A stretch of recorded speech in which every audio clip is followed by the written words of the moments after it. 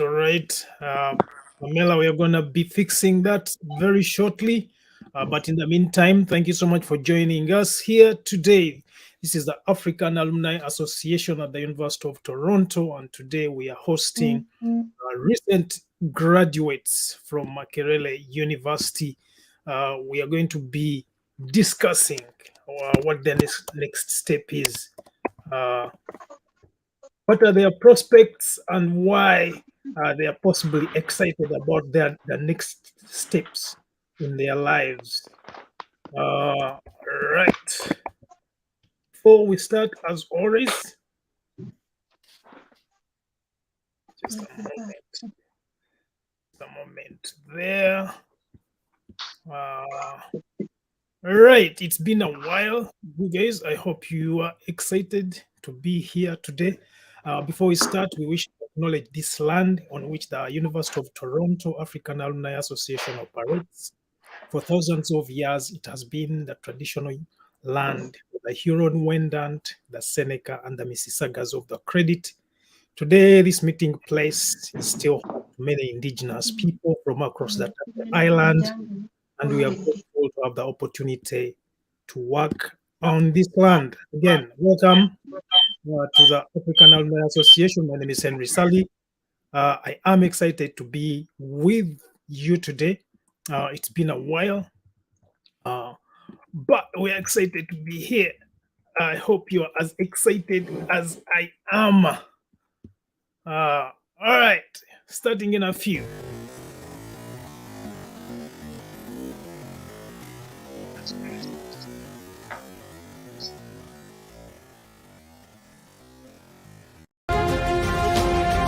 This is the state of the nation. Ibifa Mwanga. We are deliberate, we are reasonable, we are uncensored. The state of the nation with Henry Ssali.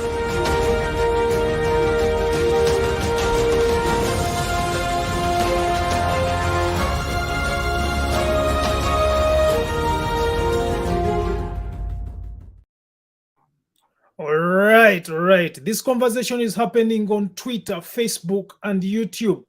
Please follow us on either of the platforms that you are watching us from.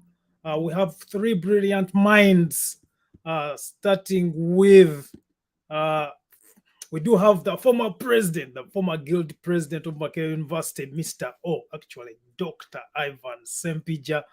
Dr. Ivan Ssempijja, pleasure to have you here today. You're going to be introducing yourself shortly. We do have the former GRC from the Faculty of Education, representing the Faculty of Education at Makerere University, Miss Nyangoma Pamerah. She's also with us here today. We are also here. We also have Mr. Asiimwe Nelson. He calls himself an activist for the now generation. They'll all be introducing themselves, and without any further ado, I'm going to start with the former guild president from Makerere University. Then I'll proceed with the lady in the house, Miss Nyangoma Pamerah, who is also the former GRC representing the Faculty of Education at Makerere University within the student government, of course. As well as Mr. Asiimwe Nelson. Mr. Dr. Ivan Ssempijja, welcome to the State of the Nation. Why are you excited to be here today? Great. Okay, so he's going to be joining us shortly. Of course, there is a glitch there. It's a network glitch, I would like to believe. I would like to believe it's a network glitch. Right. Okay, so it seems it's just me and the lady in the house, Miss Nyangoma Pamerah. So you're going to be representing the two gentlemen who have momentarily left because, of course, I think because of the network. Asiimwe, back. Asiimwe is back. Asiimwe, are you back? Surely I am. Oh, okay. There you go. So you are back. Miss Yes, I am. Pamela, Miss Pamela, can you hear me? Yes, please, I can. There you go. So I'm gonna give you an opportunity to introduce yourself first, in the same manner that I wanted the former guild president to introduce himself. Oh, wait a minute, he's back.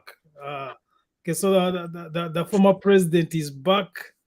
I'm going to assume that it's the network. I think it's not your network, it's the country's network altogether. So I'm going to give you the opportunity once again to introduce yourself. Mr. President, Dr. Ivan Ssempijja. Yes, all right. Thank you so much. I am quite very privileged and delighted to be hosted here today. My name is Dr. Ivan Ssempijja, and I am the 86th Guild President of Makerere University.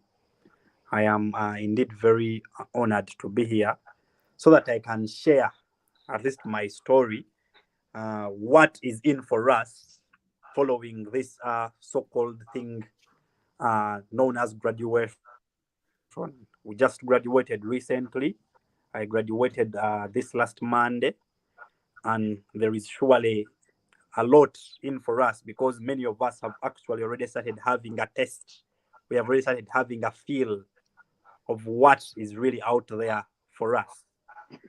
Given that many of us finished at last year, that is around December, and we have been out there for all these months, reality has already set in, and we shall surely be sharing the little we have with your colleagues. Thank you so much. All right. Thank you so much, Mr. President. You have already started painting a picture of how the conversation is going to look like. Why don't I invite the lady in the house? The lady in the house has a picture of a male, but I want to assure you she is a lady, a beautiful one for that matter. Miss Nyangoma Pamerah, please tell us why you are here today and why you're excited to be out as an alumni of Makerere University, recent alumni. Oh, wow. Oh, yeah. Thank you so much. I am and I am called. Should I also say I am Teacher Pamela? I've heard my former boss saying I am Dr. Ssempijja, so surely. I am Teacher Nyangoma Pamerah. I am a teacher, a proud one actually. I am a fresh graduate from the alma mater, that is Makerere University. Like the president has said, we've been in this field for a few months, of course, practicing, finding what to do here and there. And of course, we've learned some things and we've at least seen how the world moves, how different things are done. So surely I am purposely here to share with friends on how different things are moving in this new field, in this new life that we've entered.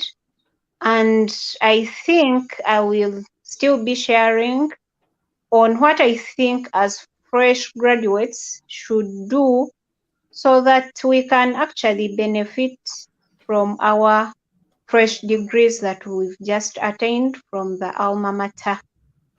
Maybe a brief introduction. I am Nyangoma Pamerah, a teacher. I am the former GRC of the Mighty School of Education.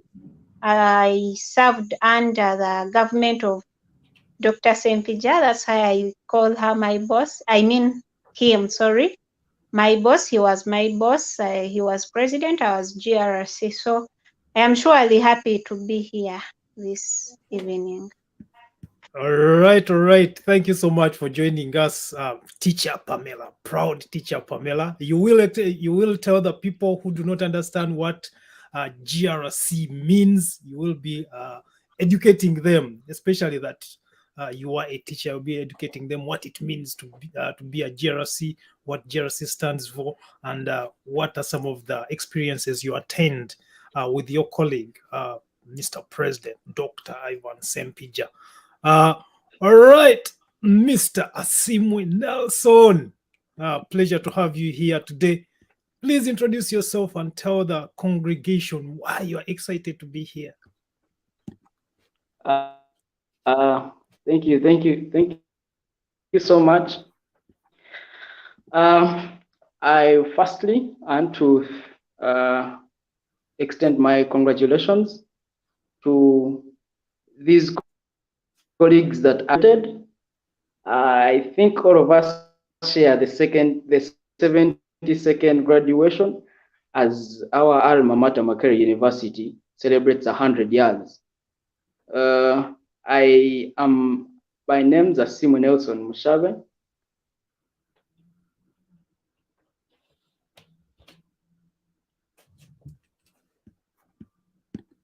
We are not losing you, I hope. And community education, Makerere University. I also once served as a GRC. GRC is Guild Representative Councillor. So you represent a school or a hall on the Guild Council, which Guild Council is headed by a president and the executive. I'm a debutant on this show. I am quite honored to be hosted. I look forward to having a fruitful discussion. Thank you. All right. Again, congratulations to all three of you within your respective fields that you have now gained some knowledge in. We don't know if you're planning on becoming masters in your respective fields, but you will tell us. First, you need to enjoy this journey. Congratulations again. It's tough to be able to accomplish any stage of academic excellence. So we are proud. We are so proud to have you here today. Asiimwe will be joining us shortly, but we are proud to have you here today. Thank you so much for joining us. Both of you who are remaining on the State of the Nation right now, actually, all three of you have been in student government, because Asiimwe just told us he's also a former GRC. He didn't tell us which faculty he represented or which hall he represented, but he will be telling us. All three of you have been in government, student government. Those are some of the experiences that you're going to bring to the world where you're going to be competing with your parents, with your siblings who are your elders, and of course, with your peers that you have attended classes with. We live in a country, Uganda is a country where retirement is almost a myth. People die on the job, and that is reflected both in politics and, of course, the bureaucracy, and in most cases, the private sector as well. You have been part of the student government, which means that you probably have better chances of being taken on by other companies outside of the university bubble. Of course, you seem excited. Proud teacher Pamerah seems already excited. She has already tested the waters. She is already teaching. She's excited about doing that. Of course, former guild president Ivan Ssempijja is probably working on certain projects that he will be elaborating on. And Mr. Mushabe, Asiimwe Nelson Mushabe, is also working on certain projects. What excites you most about being fresh graduates, about being alumni, not just mere alumni, but alumni of the mighty Makerere University? What are your chances as you think about how you are going to transform Uganda, because you are now the people we are looking at to transform our country? of course, it needs a lot of transformation. I'm going to start with the lady in the house, proud teacher Pamerah. What are your thoughts? Why? What are some of the things that excites you about being a fresh graduate and an alumni of the mighty Makerere University? Teacher Pamerah. Okay, thank you so much. To start with, I think what should excite all of us, the fresh graduates, is what we are going to do and the services we are going to extend to people. To start with, I always tell people I am a proud teacher, not because of that saying is common at school. That me, I don't say it because it is common at School of Education. I say it because it is within me. So this is the course I did out of love, that even when I go to workplace, I should work so hard to see myself progress from this course, because if you're doing something with passion, surely you should gain out of it, because you cannot enjoy it, you're surely suffering. So I should make sure I am gaining and attaining some joy from it, but again delivering services as expected. Right. So I think as fresh graduates, we should surely do whatever we are doing with passion and love to deliver expected services. Love to deliver expected services. Mr. President, your thoughts before I pose a different question. Why are you excited to be a fresh graduate? All right. First and foremost, I would say some of the reasons I could be excited about this whole experience is I'll begin with the most obvious. It being number one, the dynamics of being a student, and now you're no longer a student. You've entered into, most importantly, the cash economy actively, where you're now going to turn from a previous beggar, I would say a beggar in quotes. I would say a beggar in quotes, to now a self-sustaining individual. There are so many people that could be out there we are looking up to, and you'll find that perhaps those people you're looking up to, they're no longer, they're not students.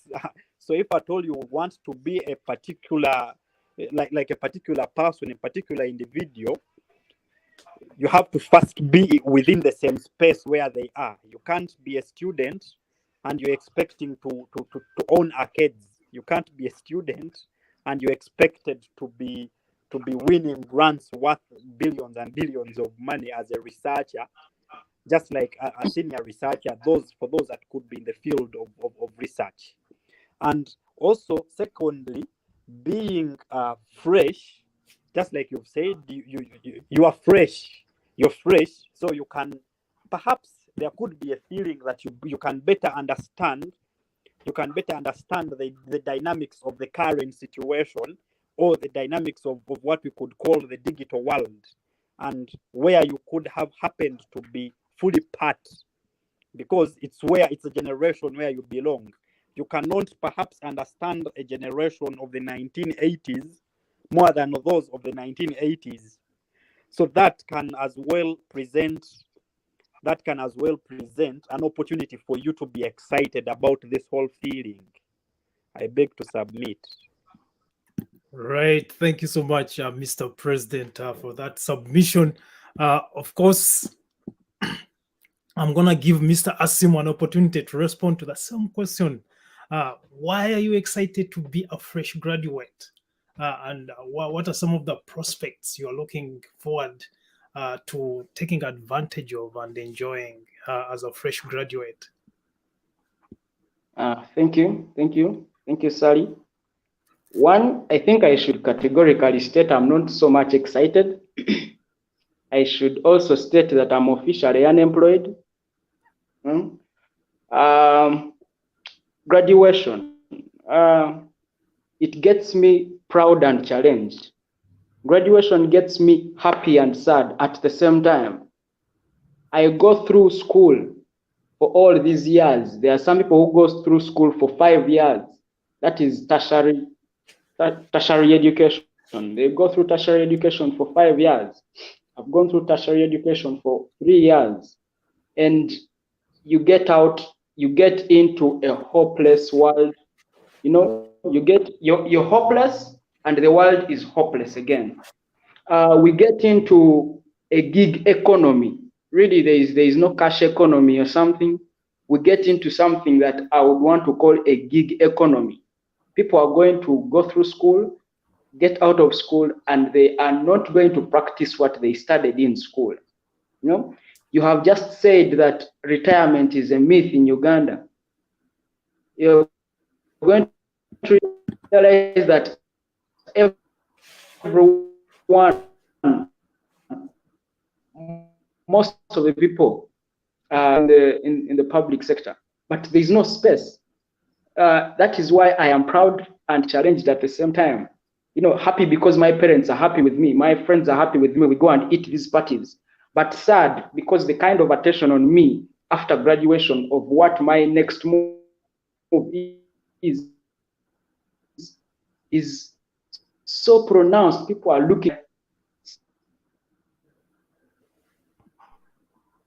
looking at you for the next move. What next? You can't give someone a conclusive answer. You know, I would say without fear of contradiction that people are forcing these old folks only to do the same. You know, people are devouring our opportunities. So you're going to realize that if we're going to take up offices, most of the young generation is only going to take up offices to take up the opportunities just like the old folks have been doing, because they see this for taking up their opportunities and they become angry and hungry because retirement is a myth. So this gig economy is very much has constituents as the youth and the graduates. You know, you're going to realize that you're going to get into a gig economy. The most you can get out of a gig economy is about 300, 400, you know. So it does not resonate to the kind of education that we get. There are very many questions about the education. How the education levels in Uganda are devaluing. You know, time came about when one who had sat P7 was good enough. One who had sat senior 4 was good enough. Senior 6 good enough.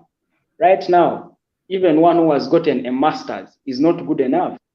Time is going to come, I'm very certain, PhD will not be enough. So when we get to that extent, what else shall we do? I mean, there are very many questions to ask.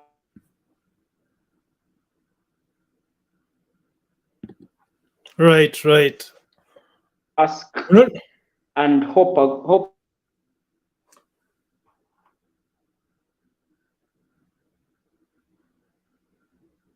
Yeah, we are missing a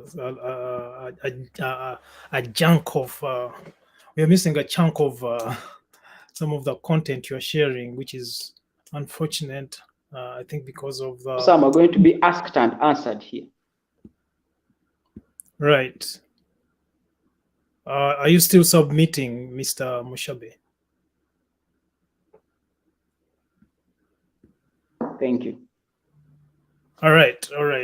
Thank you so much for sharing those insights, Mr. Asiimwe Nelson Mushabe. Of course, what you're saying is a lot representative of so many graduates out there, even those who have graduated before you. The Village Warrior says that I love the emotional, realistic submission in Asiimwe Mushabe's submission. which indicates that, of course, you're providing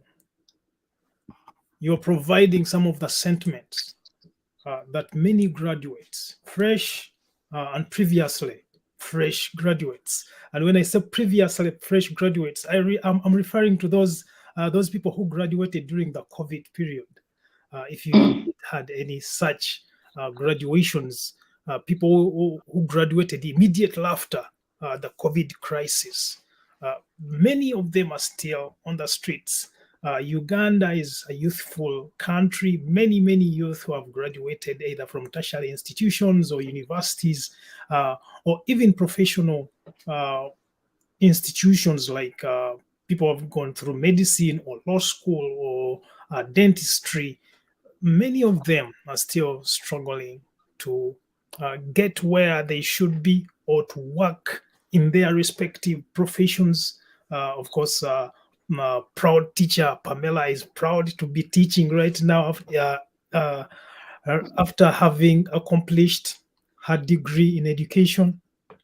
She's happy with what she has attained so far. I want to thank all the people who are following us. Mr. Malejona, the village warrior. Mr. Malejona says that adult and community education to the world. Thanks, Comrade Asiimwe. Moshabe, then the village warrior has another comment here saying that in the present non-functional government, young people should embrace joint group venture to start their own income generating enterprises. Thank you, Village Warrior. All right. Village Warrior is also saying that, well, a PhD is already not enough.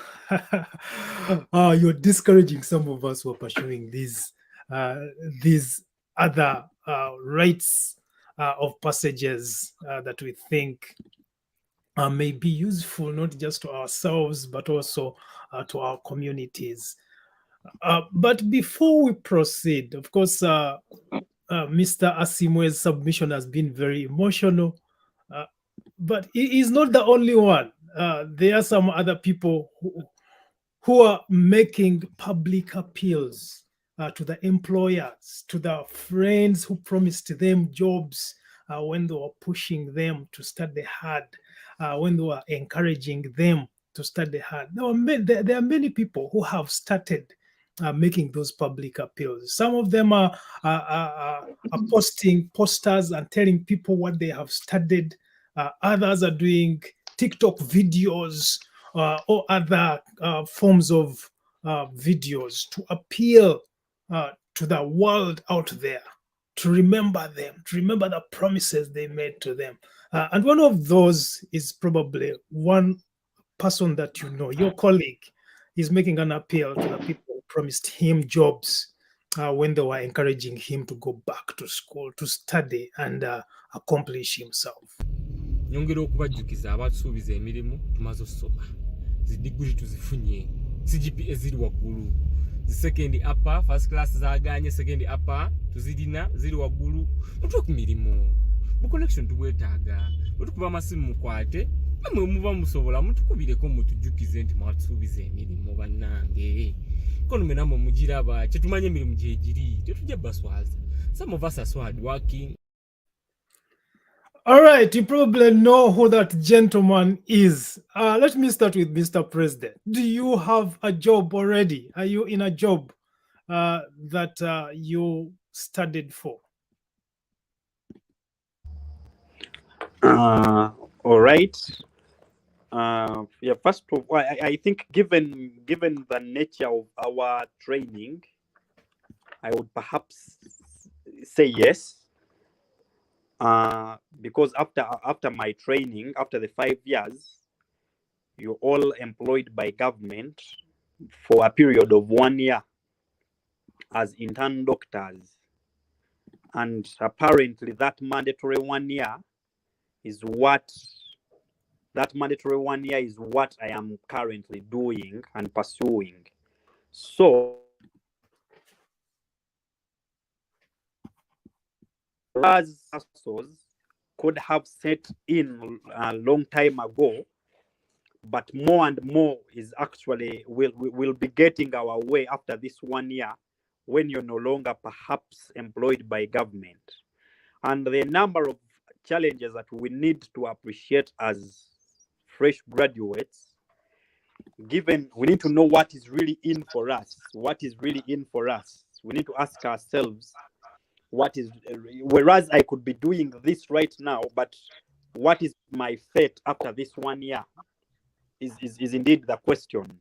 After this 1 year, when you're no longer employed by government, responsibilities have set in. These are some of the things that are in for us outside you being excited about being a graduate. The responsibilities have set in. Those are responsibilities to do with self-care, own family care, entire family care, and the changes in also what is expected of us. Before you were students, and now we are employees or employers to be. And then let's also look at the government policies that we have in place. Well, let's look at the government policies in as far as embracing the young people is also concerned. A mere fact that government is to employ me for a period of 1 year and thereafter I'll no longer be employed, and those that have been employed for the past 20, 30 years will still be the ones within the same public service. It really presents a lot of challenges to us. And so some of the policies themselves are quite unsupportive to we, the young people. It so happens that we are within a generation where we are struggling to occupy our own space. And we all know what Uganda, for example, how hard it is to search for opportunities. These are some of the things that are in for us. Given the people because of entirely two reasons. Number one, let's look at how many graduates Makerere University alone has released out into circulation. Makerere University alone has released 12,473 graduates out there into circulation. Where are all these people really going to be employed? But then on the other hand, you also ask yourself, okay, so they do not, should they not study so that they be little, or you understand? Right. These are some of the things we have to keep on asking ourselves, but it all goes back to the policies that we have within ourselves and the corruption within this so-called job market. All of this is reality that is really going to hit hard on a fresh graduate. And, you know, like I told you, you have so many responsibilities for your own self-care. Some people have already perhaps started families for themselves. So all those are responsibilities that are really going to be in for us as graduates. But then, on the other hand, you have to ask yourself, shall we keep within the lamentations, or we have to keep proceeding? We have to pave way, because where you find that, you know, even if it's water and it has been blocked, you can never block water for as long as you want. It eventually finds its way. So we have to behave that way. That's what I believe. We have to find our way. What should we do? What do we have to do? I'll perhaps have a few things to highlight in the same regard when the opportunity comes, when the opportunity is presented to me once again on what we think we should do, we as fresh graduates, to see that we fight for a space that belongs to us. Thank you so much. All right. Thank you so much, Mr. President, for that submission. One of the things that you have highlighted is the notion that you are struggling to occupy the spaces that should be belonging to you. And I think it is also resonating with Mr. Pius Wandila, who says that we believe that jobs are available, but the fact people want to die in offices, to me, I see it as a vote of no confidence in the products of current education. So that's a challenge. And you have mentioned that this is perhaps because of the policies that are surrounding the work environments in Uganda. We don't know. We shall interrogate that much more later on. But first, let me ask proud teacher Pamerah. what her thoughts are, and how she managed to get into her preferred work, a preferred work of employment, whatever that is. Pamela, how did you get where you were right before graduation? Because I think you've been teaching since you completed your exams, and you seem to be enjoying what you're doing. Of course, that's what you studied, and of course, that's why you're probably thriving in that environment. How did you get a job right after exams? Thank you so much. To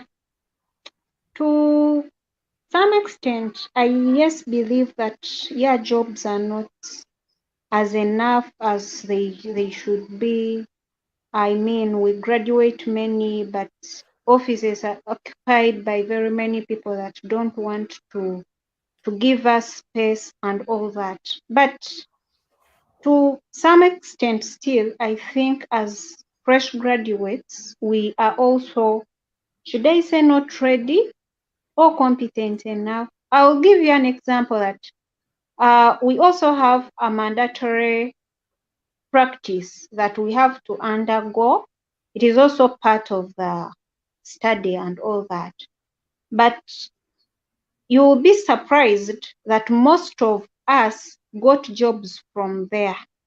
And actually, some of us became director of studies and even more. I think some of us on this platform know people like Obed. Obed is now a DOS, people are deputies. Some are teaching in 3-2 schools, earning 1M and 700 and all that. But I'll give you an example of where I did my school practice from. We did 4 of us, we were 4, but the 3 were sent away. I was retained with a good salary, by the way, for startup. But after sending away the other people, they advertised vacancies. What does that show? It shows that maybe as us, the fresh graduates, we are also not doing enough. You get, you're in this place, but not doing enough. You have to wake up and maybe go to class or on duty just because a supervisor is coming. Maybe because you have to get marks. Maybe because you have to be seen or the other. But I mean, if we already know that jobs are few and we know that we are in a very competitive environment, what should we do? Because we shall not cry for the rest of our lives. We should find solutions. Can we give people reasons to give us these jobs? I mean, can we wake up and prove to these people that we are actually the best? Can we do our best in case there is chance? Because there is no excuse you should give me that, I mean, you're a teacher and you didn't get a job in school practice, where most of the old teachers had quit teaching. Almost all schools had vacancies.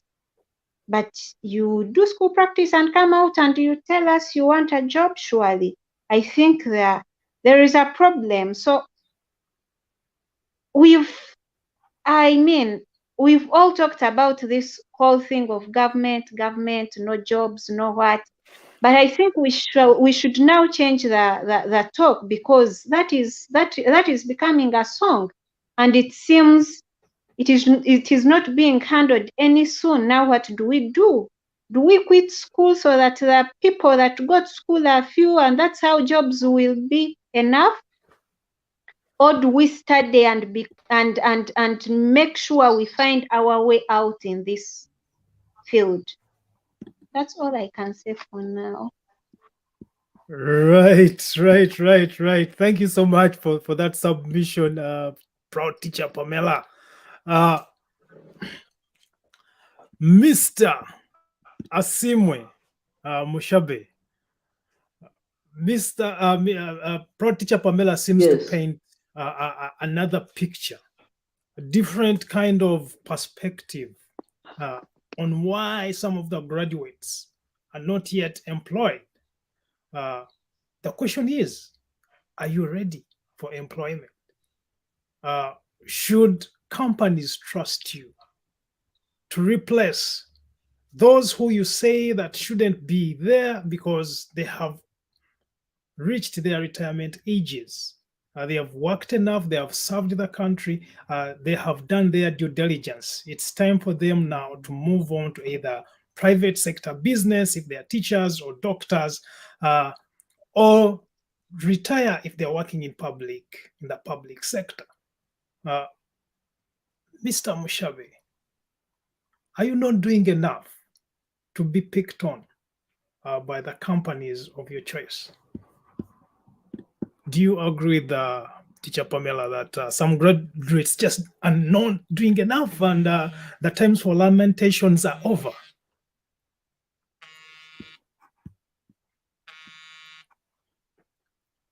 Mr. Mushabe? I think our education system, I know, is good enough. Yes. Yeah, please proceed. I think our education system is good enough. The kind of education that we are receiving is not good enough. You know, you can be a student and you go to class, but you know it that after graduating, you're going to find it hard to get a job, you know, you as a student. And secondly, the employers likewise know that the education system their children are getting is not good enough. And this is where experience comes in, yes? However much the experience is a prerequisite, but we cannot get this experience out of space or out of our initiatives, our small initiatives, just in case it requires that technical know-how. We need to get into these companies. We need to be given space to experience as they would want us to deliver. You're going to realize that even getting space for internship in a place where probably is relevant to the kind of education that you're receiving is hard. Now, we are COVID students, most of us here. I interned during COVID, and even looking for an internship placement then was quite hard. You know, I'm a community mobilizer, community sensitizer, but you get into, let's say, Red Cross, and there is no space. Get into all these organizations, all these NGOs, and they offer no space for accumulation of experience. So where do they expect us to get this experience with the gig economy and all? We shall not deliver as they expect us to. Right. All right, Mr. President, what are your thoughts? Some people are saying that, so of course, Pamerah has opened up a different perspective. He says that when you're submitting earlier on, you said that Makerere University alone unveiled over 12,000 graduates. That means that all those fresh graduates need to be somewhere. It's not only Makerere University that is graduating students. Of course, Chambogo is going to graduate students. Ndeje is going to graduate students. Mbale is going to graduate students. Kampala International University, Mbarara, like all universities are going to be releasing new graduates.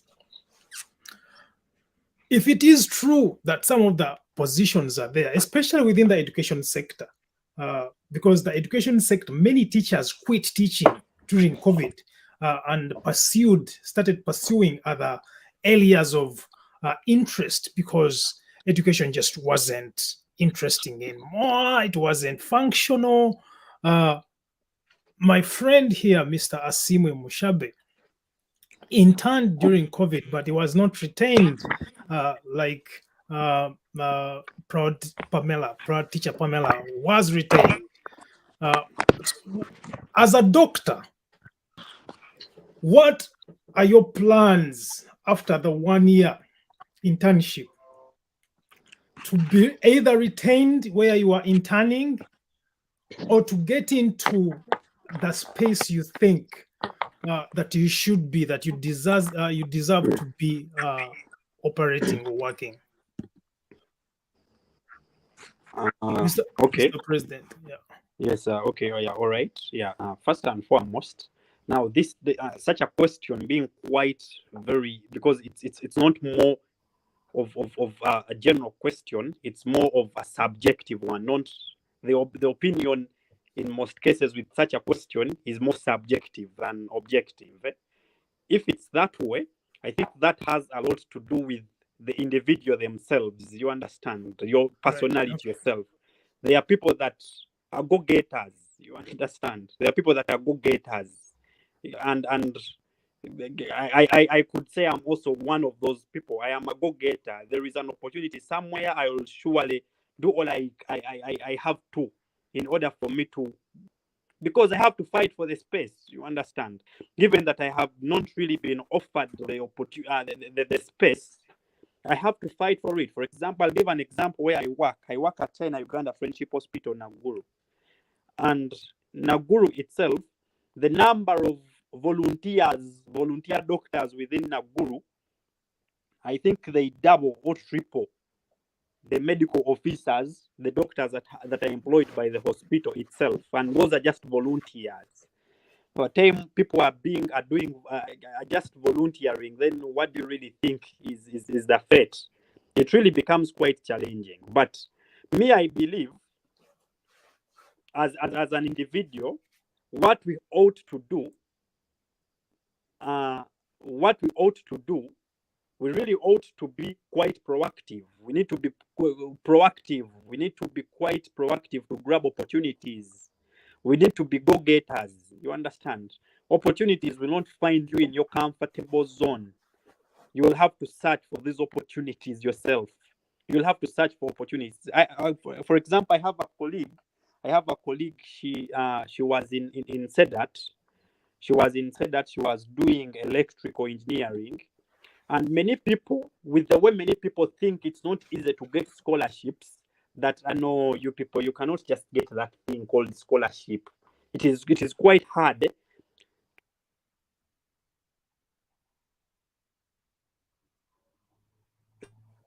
Surprisingly, herself, I used to follow for a period of 6 months on a daily basis. She could be all over the internet searching for opportunities for herself. She graduated with a COVID lot, but she could be all over the internet searching for opportunities for herself for scholarship. And boom, surprisingly, she got the opportunity. And they were actually to herself and the colleague who is a little distant to me, but they were doing this together.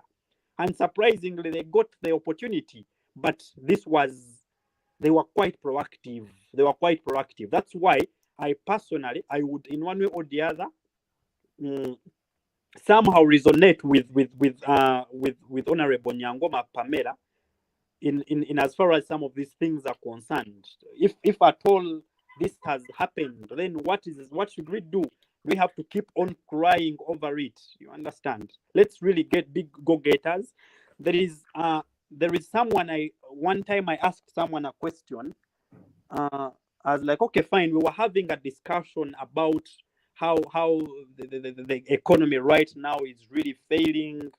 And so as we were having this discussion, I posed a question to one of my colleagues. I was like, okay, anyway, fine, we're having this discussion, but for example, if you're given an opportunity tomorrow and we tell you, okay, you've become the Minister of Finance or you've become the Permanent Secretary, what do you really think you have the capacity to save this current situation?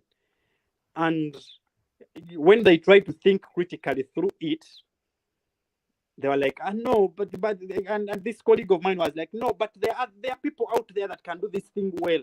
I was like, no, this has to be about us. We are supposed to be we to cause the change that we need. And that has to do a lot with capacity building. Let us build our capacities. Whereas we have, if I am to resonate with Honorable Mushabe, there are a lot of the education sector itself could be a problem here and there. That is true. And it surely has to be rectified a little. But if at all, as we are trying to advocate for that, let us not only do the advocacy, but we also need to survive. You look for ways. How do we really get ourselves there? So to me, I would say, let's be proactive. Let us identify our passions. You know, when you identify your passion, these passions can, when you identify what you're passionate about, you can easily do a lot. You can sacrifice a lot for what you're passionate about. So many people, due to the education sector perhaps that we are having, this education sector can push you to where it wants you to go. You don't rather choose where you want to go in most cases. This is what the education sector has for us. But so on top of that, let us try to see that we identify what we are passionate about. When you identify your passion, we shall be in a position to create personal brands. Let us create personal brands for ourselves. For example, if at all I say I am interested so much in leadership and governance, what do I have around me that speaks that? What do I have around me that speaks that's what I am interested in? If I am a teacher, what do I have around me that speaks about that I am actually a teacher? So that every time people are thinking about a good teacher, you are the person they think about. You understand? There are opportunities that we shall get day in, day out, just because we have established the front end of our personal brands quite well. We need to have a personal brand. So one time, a colleague, I usually task colleagues. I tell them, you just wake up one day, go get your name and type it in Google and say, Mr. Henry Ssali, what does this internet know about you? That will show you how far you've reached in as far as establishing a personal brand is. People need to identify you with something. We are quite blessed to be in an era or in a generation that is digital. In that, in order for us to establish personal brands, you may not necessarily require like those olden days that you need to look for opportunities of reaching UTV. You understand? Because that was the TV then. Right now, you have WhatsApp at your disposal. You have social media at your disposal, Facebook, Twitter. What have you utilized it with? I remember at some point in COVID, I got an opportunity from a colleague. After she was just there and she sent me a link. She sent me a link on my WhatsApp. She was like, it was something to do with mentorship with the European Union and what. She was and this Germany. She was like, okay, Ivan, I think this is your kind of thing. Maybe you could apply and see if you're taken, if you get this particular opportunity. By the time someone wakes up and say, I think this is your kind of thing, that means you're at least on your way towards establishing a brand for yourself. But the only way for you can't establish a brand out of something you're not passionate about. Then another thing we need to, we as now fresh graduates, we are going out there in the world. There are certain things we need to do. Let us seek to create opportunities. If at all the opportunities are not there, let us see how to create the opportunities for ourselves. That way we should be quite optimistic. We should set clear objectives.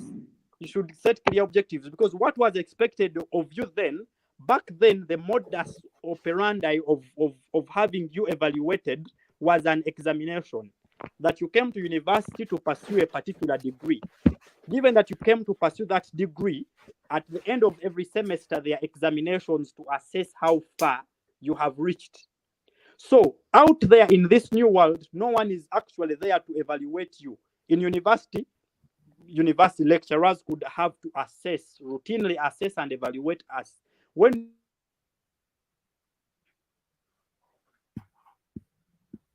with the world where we have gone, some of the challenges, assess yourself. You're in for a self-assessment. So you cannot assess yourself when you don't know, when you don't have the baseline. You need to have a baseline. In order for you to have a baseline, you need to set clear objectives. Objectives have to be quite specific, and most important, they have to be time-bound. I have had a number of colleagues, for example, given that I so much survive within this leadership and governance circle, I have interacted with a number of colleagues. They tell you, me, I want to be a politician. I want to be a leader. That doesn't really work. Eh? You say, I would like to be perhaps an LC5 councillor of this and this place by this time. That way, you will be more directional and intentional in as far as achieving what you need to. So that way, you'll keep on assessing yourself. Self-assessment will not be a problem. You need to assess yourself routinely. We need to know where we are now and where we want to be tomorrow. So me, I am in for internship now, but I am already trying to think about where I want to be after this thing called internship. Because me, I am one kind of person who will have to evaluate and assess myself on a daily. What have I done today that betters me for tomorrow? So I think with that, that can largely try to answer that particular question from an objective point of view, and to also a subjective point of view. Yeah, personally, I wouldn't really. I'm not really to be hustling to be retained. If it so happens, let me just try to establish my brand so that they think they can retain me. But other than that, me, I would really be a go-getter. I will do all it takes. I'll be proactive. I will struggle to occupy the space that I must. Thank you so much. I beg to submit. Thank you so much, Mr. President, for that very passionate submission. Of course, that question was subjective indeed, and I think even though proud teacher Pamerah said that some of the students he trained with, she interned with, were not taken. Perhaps because they didn't work as hard as they should have worked to show themselves, to brand themselves as those ones that must be taken by those institutions. But we do have a comment here, and I specifically want to press proud teacher Pamerah. The village warrior says that I saw good teachers go unemployed and badly underemployed. In fact, in school X, I saw relatives take up jobs versus very good teachers from Chambogo. He argues that we should debate realistically and pragmatically. Do you think that this happens? Yes, Mr. Asiimwe, we are with you. I'll be inviting you shortly. Do you want to respond to Dr. Ivan? Asiimwe. Mr. Mushabe, do you hear me? Yes. Something small. I have gotten chance to. Yes, something small. Okay. You're responding to. Are you responding, Dr. Ssempijja?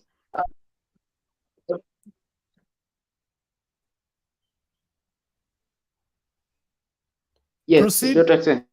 Ssempijja. Yeah, please proceed. Yeah. I have gotten chance to get a glimpse of what happens in the two professions. That is, they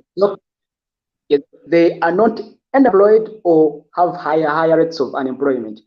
The biggest disciplines with high rates of poor employment and unemployment is mass media, liberal arts, social sciences, and construction.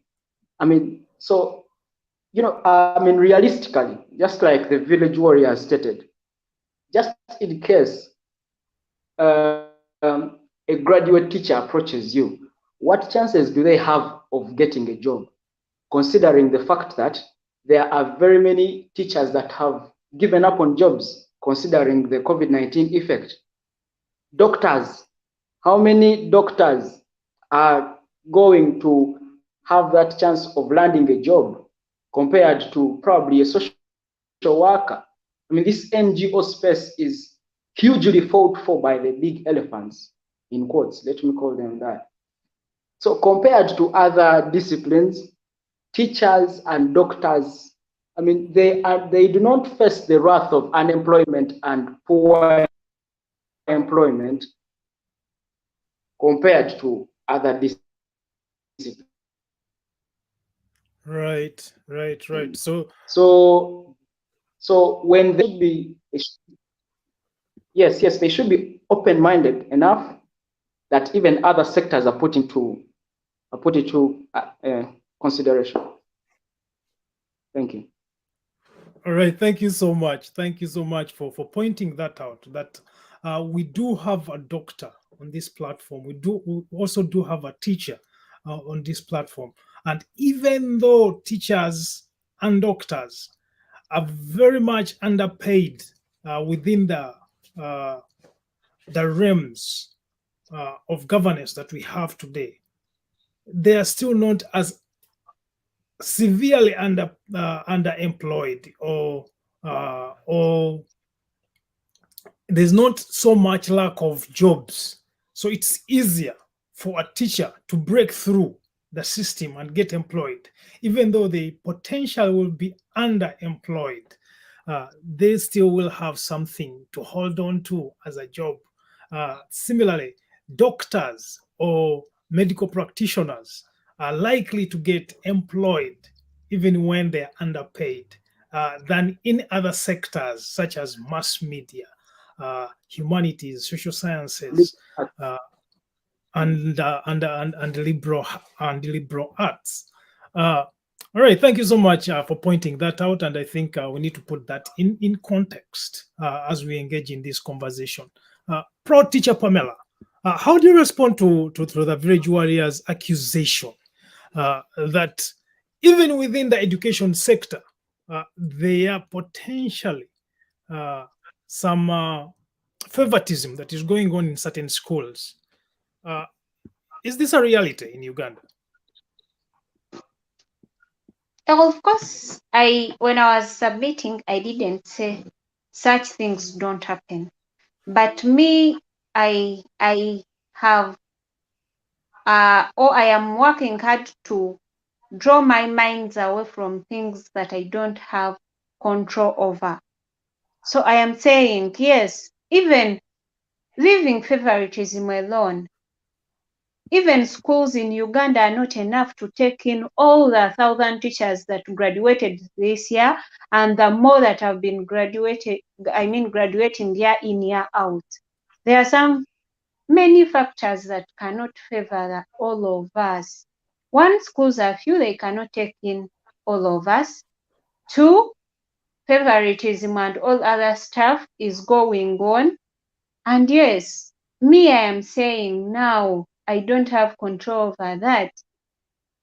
But I have control over some things, and that is what I was submitting on, that if you're given opportunity as a fresh graduate, can you surely leave a landmark that when tomorrow Henry is given a chance to maybe forward the best teacher, he will be able to think about you? Right. When maybe there is an opportunity in my school for DOS and all that, will I be able to think about you? I gave you an example that where I interned from, people were chased away, but after them leaving, they advertised the positions that they were taking. I mean, they were in before. So that shows that they were not fit for them. So me, I am saying all other things are going on, yes, but can we do our best as fresh graduates to make sure that we fit in those spaces? And I think that's a fair assessment of events. Of course, very many people will graduate we graduate at different levels. Some people graduate with passes, others graduate with third class, second class, first class. Of course, for the teachers and doctors who are given opportunities to engage in internships, a year of an internship or teaching practice before they actually get hired. Those have a different dynamic because before you are hired, you get to be seen working in practice. The employer gets to see you for a year to decide whether they want to keep you or not. And that is something that fresh graduates should not take for granted. If you are given an opportunity to practice in a school or a hospital, do your best to be retained, either to be retained or reevaluate yourself every day in that. If you're not retained in that institution that you are in, you're practicing in, you are going to be recommended to another. Friends within other entities will recommend your name because you are good at what you do, because you have branded yourself as someone passionate at doing what you do. Going to, because Mr. Asiimwe talked about the gig economy, which is very, very realistic in Uganda. Very many people, by the way, it's not just in Uganda, even here in the diaspora, even here in North America, people do business and end up in social work. They do social work and end up in business. Like there's no clear cut that you're going to do what you study for. But in Uganda's context, the gig economy is also propelled by our parents' desires. Many of the parents who are very excited right now, because Mr. Asiimwe told us that he's excited because his parents are excited he has completed school. So sometimes we study programs, not because we are passionate about them, not because you're going to succeed career-wise in those fields of work, but because our parents wanted us to study that. My parent wanted me to study engineering, so I studied engineering. Did I like it? No, I did not like it. Asiimwe, I don't know what you studied, and I'm not sure if you chose it yourself. But what do we do with students who have just graduated because their parents wanted them to be an engineer, but they're not really interested in engineering. They're interested in mass media. They're interested in other things. And that's how gig economies happen, especially in Uganda. How do we, you have all been student leaders. How do we convince our parents to give us an opportunity to study what we really are passionate about and what we hope to succeed in when we graduate? Let me start with you, Mr. Asiimwe.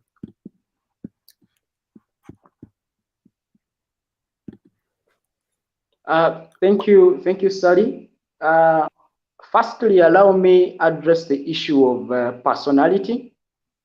My colleagues on the panel have stated to it, but I have not yet. Now, firstly, you talked about recommendation. Now, at the beginning of this show, you stated clearly that I was recommended to this show. People were surprised as to why I had not yet appeared. Now, by the time someone is recommended to this show, then that someone is not of a paper personality, is not of a funny personality. I mean, this show has hosted some of the biggest minds of this planet, right? So I would that is why I say I'm very honored. I could be in the same association of the big minds that you host on this platform. So again, that takes me back to the leadership. Leadership helps to mold us. Leadership helps us to build that personality. You know, that is why we are on this platform, right? So I was a leader. Dr. Ivan was a leader. Nyangoma has been a leader. I was sharing with a few of my colleagues at campus when we went back just before graduation. They thought that by now, a person of my stature who had served and quite very notorious at campus would be having some space where I would even be inviting them. But to their dismay and surprise, I do not have anything. So that creates no hope for them. That creates no hope because they did see me as the bank of hope, you know. They did see me as a bank of hope from way back in 2018 when I aspired to now. Right. Just that right now I have nothing to show. I really have nothing to show how best they could move forward. So we have created the personality, but just like Dr. Ivan has said, the space is to be fought for. We really do strive to fight for the space, but the world, the space is hopeless, and we are likewise getting in hopeless. No? About passion now. In 2018, 2019, there happened to be a strike at campus about tuition, of course. And I sat down, authored something. Now, what I authored was the relationships of the financial requirements and the populations at campus per college. We have 10 colleges, but you're going to realize that the most populated colleges are College of Education and College of Social Sciences. Now, these are the two colleges that have the least financial requirements for any new entrant at campus. At least, generally, College of Education and likewise Social Sciences, you would require about 900,000 as a new entrant at university. So compared to all other colleges, said that you would need about to start with 1.4 or 1.3. Law, you would require about 1.3. You know, so other colleges, the financial requirements do not resonate with the kind of people. So before even passion, I really wanted to be a journalist. I really wanted to be a journalist, but I think I have confidence now due to the fact that it has one of the biggest unemployment rates. I am confident that really I'll find space somewhere else because these rates could make me sick. But I wanted to be a journalist nevertheless. So I went to the journalism school at Social Sciences, and the basic requirement to get in was about 1.3, you know, which I couldn't trace. I mean, that is basic. 1.3 doesn't mean it's what you're going to. 1.3 doesn't mean that it's what you're going to. I mean, there are other costs that come about, you know, and you could end up in about 1.6 or 1.5. Just that's per semester. So I and my family, I mean, ended up going for an education course, you know, Bachelor of Adult and Education, Bachelor of Adult and Community Education, that only required me to, I mean, to start with 900,000 shillings, you know. So besides passion, you also hit with that reality that you have to go where your financial status dictates, you know. Right.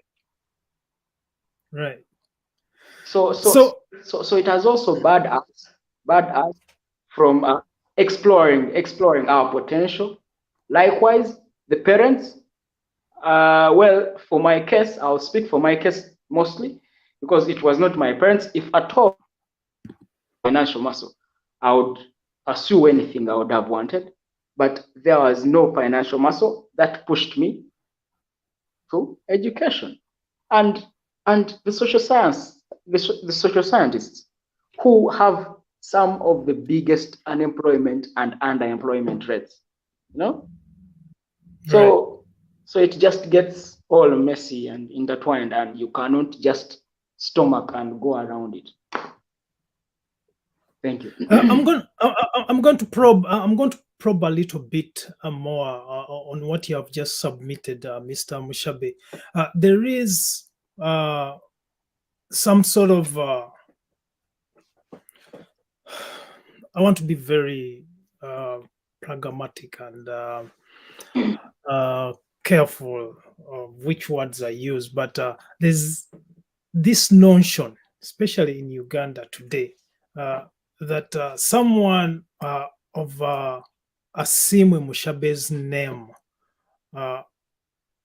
must have access to finances, must have access to connections, and must therefore be able to succeed right after graduation. You say that you chose education because that's where your financial status would allow you to be, even though you are interested in journalism, which you highly qualified for but could not pursue because of financial constraints. When I spoke to some of the people who recommended that you be part of this panel, who were actually accusing me of not having invited you yet to this panel, those colleagues say that you're one of the brilliant minds of Makerere. And Makerere is, of course, I think number 5 right now in Africa, one of the best universities in Africa. If your colleagues, if your peers can recognize that you're a brilliant mind, we should be able to do whatever course that you want. On top of being, what do you tell the people who think that your name cannot necessarily get you to do what you want and passion in Uganda today? Thank you. I think I also need to enlighten you about the kind of title, the kind of post writings after my name, on the publication. There is activist, right? And there is also the now generation. Now, right. I am not the kind of person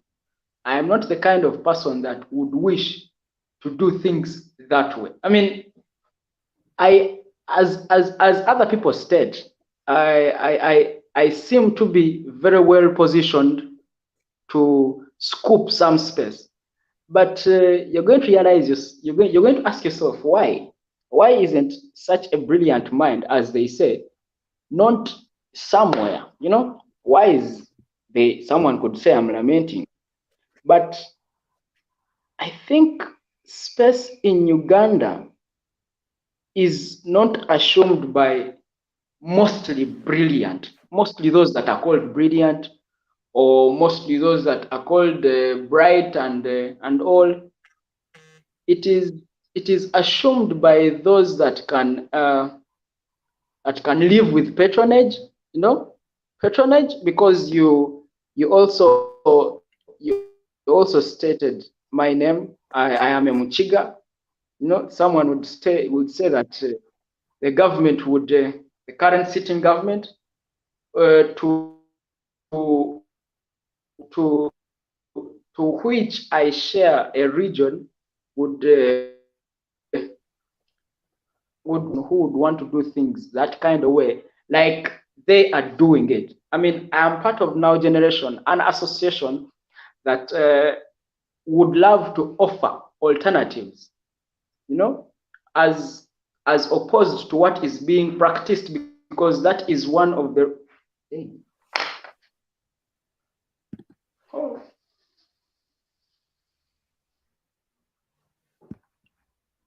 Right.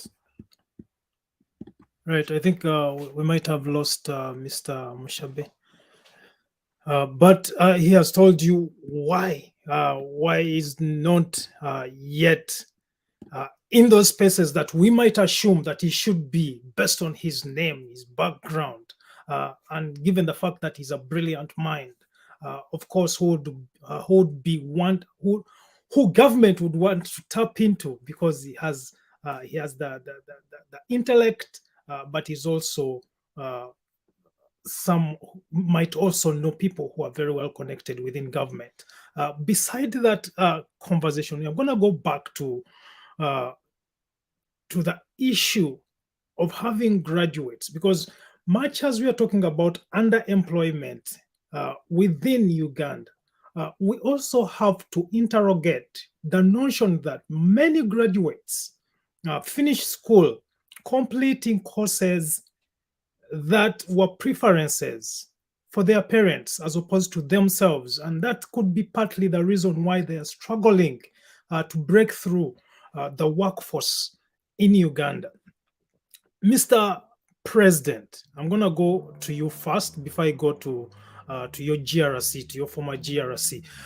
Mr. President, tell us what conversations you have had as a leader, of course, in one of the best universities in Africa. Some of the conversations you've had regarding, number one, retention of students within the university, because there's also a lot of dropout rates. The dropout rates in Makerere are high, perhaps because students are not as engaged, because they are not interested in the courses. They are studying for their parents. They are studying to make their parents happy that they have graduated. Those who graduate may not necessarily end up doing what they have studied, because they're just not passionate about them. As a leader who has been a student leader, of course, a community organizer, and now a new doctor, an intern doctor, what are some of the conversations you had as a leader that you think you should have with parents or with young university students to engage with their parents, so that by the time they graduate, they're job ready, not because they have accomplished what their parents wanted them to study, but because they have studied what they are passionate about? All right. Thank you so much, colleague. Number one, I would say this whole problem, whereas I could be a leader at a level of Makerere University, but I personally believe this is a problem that doesn't just stem from tertiary institution level. These are some of the challenges that are actually stemming right away from nursery, primary school, primary level. You understand, high school. I will personally use myself as an example. Personally, I wanted to be a lawyer. That is one thing I wanted. That is one thing I ideally wanted so much. I wanted to be a lawyer, but because of the education system we have, and also the lack of mentorship, maybe the appropriate word to use is right mentorship. We really deserve the right mentorship. We deserve the right mentorship. For example, a child who wants to be a lawyer, doesn't make sense for them to be motivated, to be mentored by a teacher on how to be a lawyer. You understand? The teachers, right. These are people that that should perhaps be helping us on guiding and offering this discussion direction. In that, someone who wants to be a doctor, let them be mentored by a doctor. You understand? Right. Let us really get as low as down there.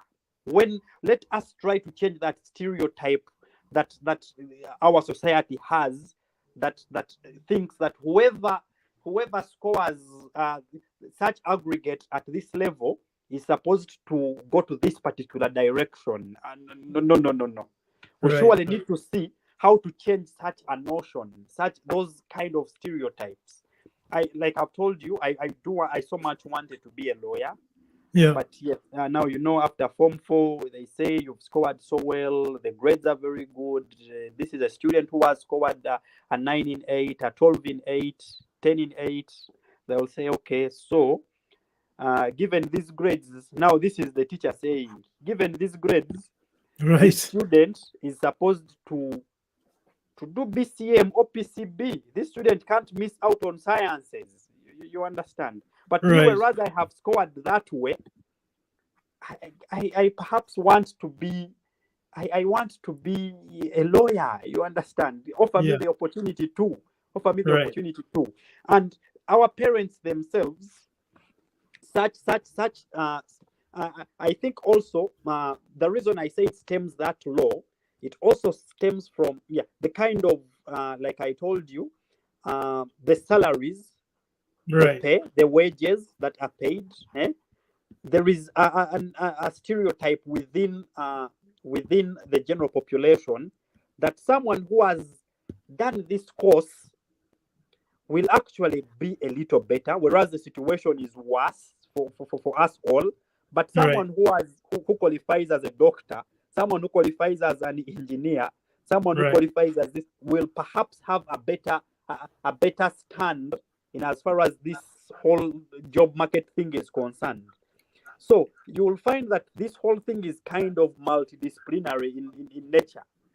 Mhm. The government itself, in as far as the wages are concerned, there is a way society has embraced that particular professions are better paying than others, and so others needn't be embraced.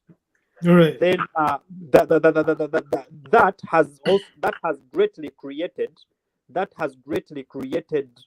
that kind of notion, that kind of thinking within our population, within the parents themselves, within the teachers themselves, in that teachers will be there. Imagine this teacher is teaching me history, but this same teacher teaching me history is convinced that with my grades I can really do. I have passed the history. I have also passed the biology. But why is that teacher convinced that I am supposed to go to the biology? You understand? Not Right. putting Right. my passion into consideration. So we really need the right mentorship. We really need the right mentorship. Many of these, remember, at university level, most of these decisions, my decision to be a doctor is not entirely backed at university level. This is something that comes from way back. This is something that kind of comes from way back. If I am to talk about myself subjectively, even with the mere fact that after Form 4, they will say, so and so, you take on the route for an arts course. So for arts, so and so take on the route for sciences. There is a way it's already trying to dictate where it wants me to go. Where it wants me to go, not rather where I would personally want to be. Right. And I think we surely need to attack this, not just at university level, because by the time people at university, by the time, yes, I am done with Form 6, I am done at BCM, you've scored 19, 20, 18 points. There is a way, it's just automatically, it just looks automatic where you have to go. There is a way, it just looks automatic. So the challenge is not entirely at university level. This whole thing stems from way back.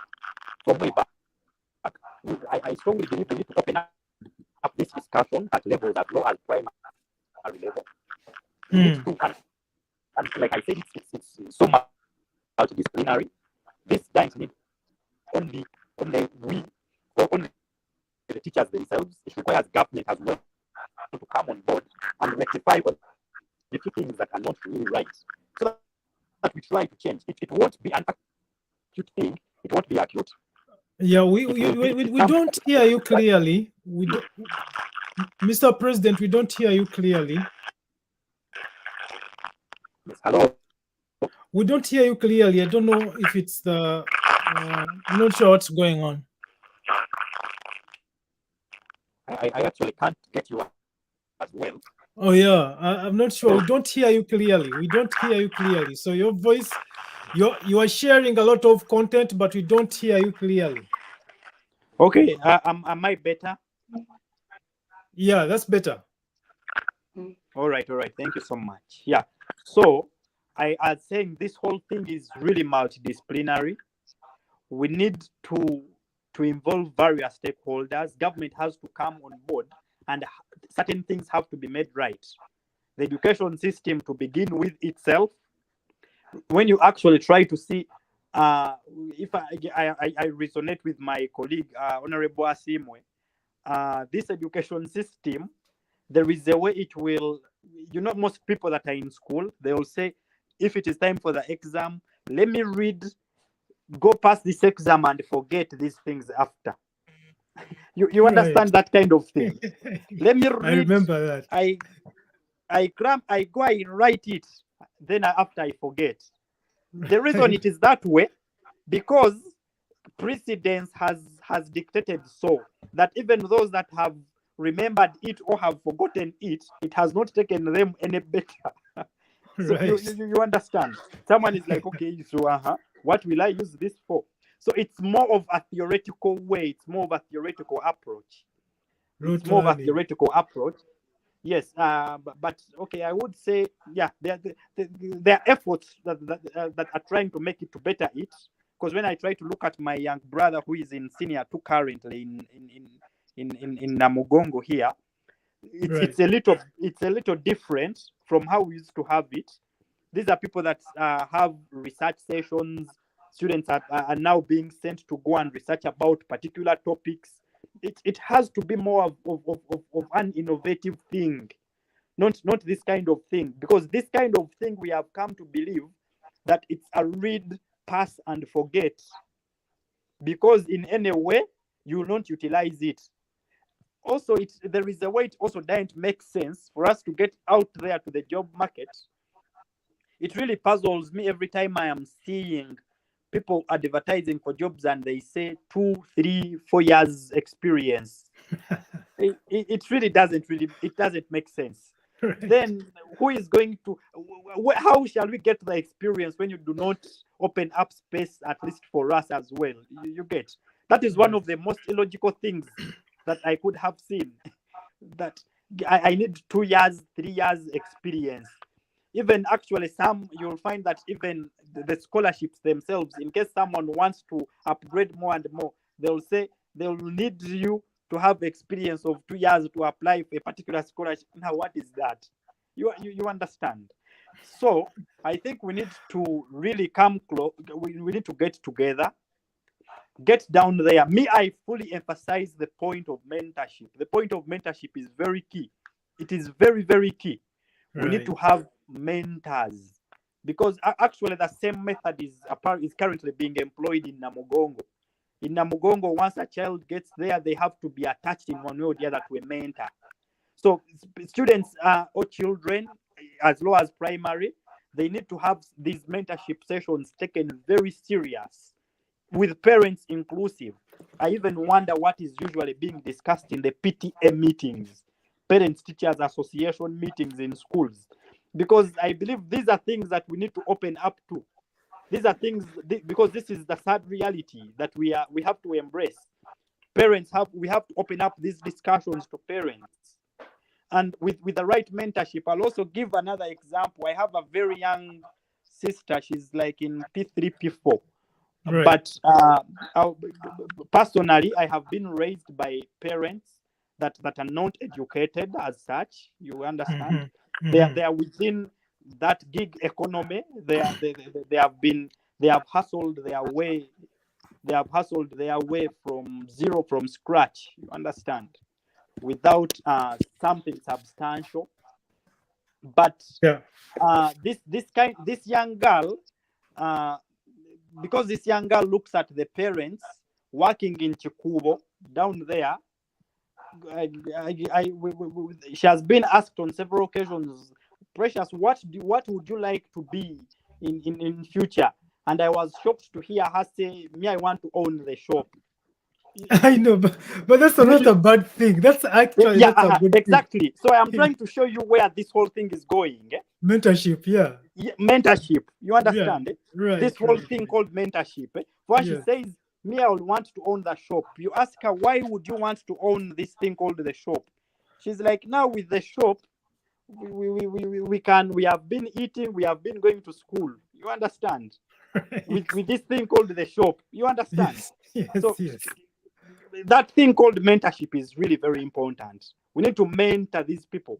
For her, she's convinced that the only way she can, back then, what we were thinking about for us, what do you want to be? I want to be a pilot. I want, and stereotype is changing slowly. We need to really hold these discussions. Let us open up to them. Thank you so much, Ndugu. Thank you so much, Mr. President. I want to give Comrade Asiimwe an opportunity to finish his submission. He didn't finish it earlier, but I also want to acknowledge Dr. Joel Milembe, who has rightfully corrected me when he said that there are so many things that could affect why people do certain programs, study different things. He cites poor career guidance and, of course, mentorship, which you have been talking about very passionately here. But he also cites others that, of course, Mr. Asiimwe cited in choosing his program, economic, financial muscle, or environment. There are so many things that affect that cause people to study what they study, even when they may not be passionate about them or excited about them.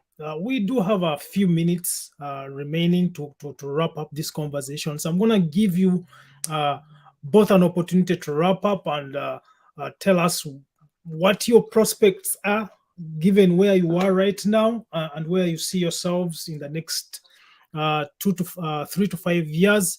But first, Comrade Asiimwe, finish your submission earlier and then give us what you think, where you see yourself between 3 to 5 years, and what we need to do as the young generation of this country to straighten up, to correct the wrongs that have seemingly been done in the previous 3 decades or so. Sometimes when you talked about mentorship and you talked about your sister owning the shop, I also thought about General Muhoozi, who wants to govern our country because his dad is the president of Uganda. So while we are talking about mentorship, we also have to have a measure of what that might mean to us, but also our children. Does that mean that if your father has been a Speaker of Parliament, you should also vie to become the Speaker of Parliament? Those are just rhetorical questions, of course. I don't think you should answer them directly. But Mr. Asiimwe, please proceed.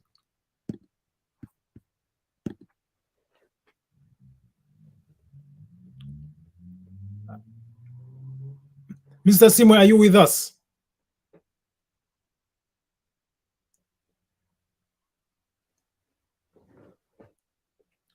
We see you here. We see you're not muted, but you're not speaking. Okay, so we have lost Mr. Asiimwe. He will be joining us shortly to give us his submission, but also other things. Let me challenge Mr. President to talk about let us dig deeper about the mentorship, the mentorship thing there. Should we mentor our children to do exactly what we are doing in regards to what's happening, especially the example that I've cited? Yes. The one, yeah. All right. Please yeah. proceed, Thank you so much. Number one, I would say what we all yearn for is success. We all yearn for success. Regardless, we all yearn for success. And we all yearn for our well-being. Right. So it wouldn't really do you any harm to mentor your child to be what you are, so long as you are successful. Because regardless of whatever we are doing on earth, we want to be successful. Right. You want to earn a living. If it wouldn't really do you any harm for your child to be exactly what you are, if at all you are successful. Now, this is what presents a challenge, given the example that you offered. The example that you offered, I would open up to it in this manner. It wouldn't absolutely do any harm for Muhoozi to want to be president. It wouldn't do any harm for him to want. Everyone has a right to want. You understand? I can also say I want to be. You understand? But the manner into which you're supposed to become is what matters to us. If you say, I am presenting myself to be president, if people say I become. You understand? Right. Unlike the other, if at all, anyway, let me first finish up with this. If for example, Muhoozi wakes up one day and says, like he woke up and perhaps there is an agenda ongoing, Muhoozi for presidency, I would perhaps say, yes, it's okay, let him want, but the channels, the means are what really matter to us. Are the means right? Right. So essentially, we have to. It's up to the public to ask the tough questions. Are you qualified? Exactly. Are you the one we want? Are you the one you want? Should you be running for president of Uganda? Exactly. You understand? Okay. Right. Yes. Obviously, one of the reasons I personally wouldn't even want to hold that as a discussion. I wouldn't want to hold that as a discussion. Reason being, why I wouldn't want to hold that is because if at all we are convinced that we are the ones to decide, because we are the voters, you understand? Right. Then let him present himself and we don't vote for him. And we don't entrust him with the power, you understand? But a mere fact that people are holding a discussion, it really disheartens me. It disheartens me, it discombobulates me quite much. That perhaps that's because they know they don't entirely have the power. Could that be the reason why we are having this? That really shows me I am really dealing with a generation that has perhaps lost hope. You understand? People are convinced they can't do a thing about that particular thing. You understand? Otherwise, under normal circumstances, we wouldn't be holding such a discussion. Just like George Washington Bush became president, and the son later also wanted to be president. You present yourself and let people decide. But you understand, that is the manner, the means within which you want to achieve it. Do you want to call it a monarchical system or not? That is where we have the problem. That is where we have the problem. And then George Bush. Exactly. Unlike this one, if at all I am a doctor, God helps me one day, I get successful, and my child is convinced that the road to success is being a doctor, let them go and enroll, let them go to the medical school, let them pass the examinations and become the doctor. You understand?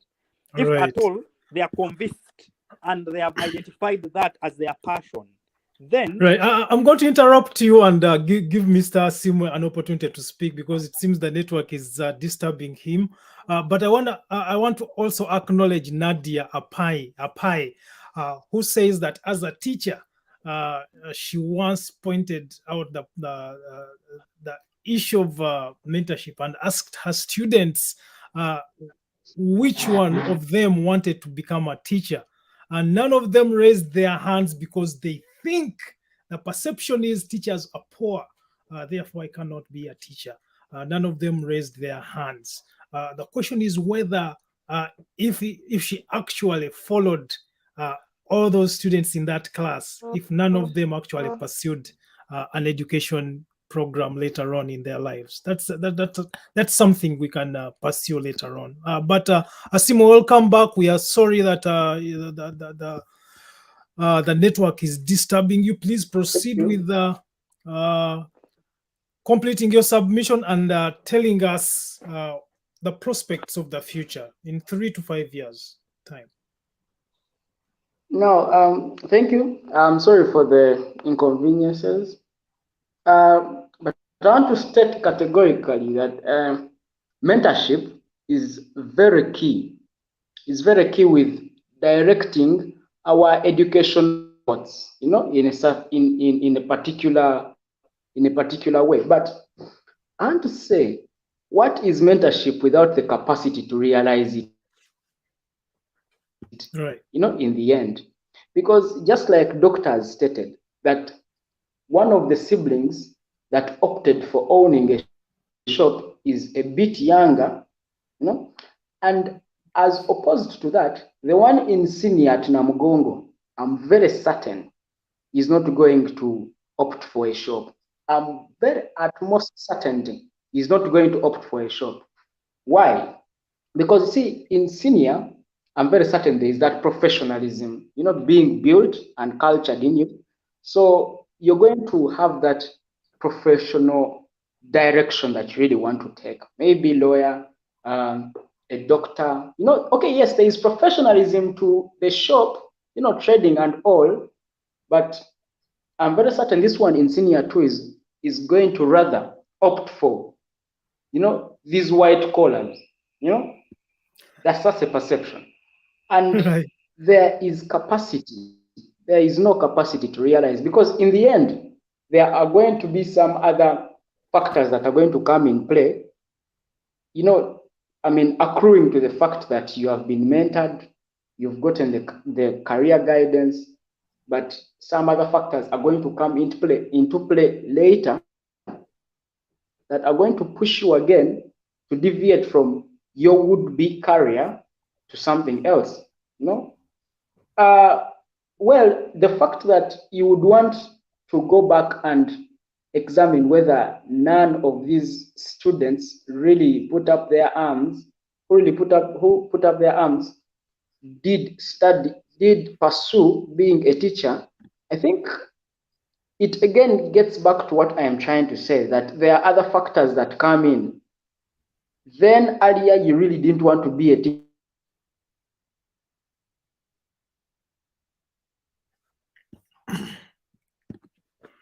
I hope we are not losing you again. Okay, so we have lost Mr. Mushabe again. Right, we have lost Mr. Mushabe again. Do you want to respond to what Mr. Mushabe has said so far? He's back. He's back. All right. We are still waiting for you. Are you able to speak?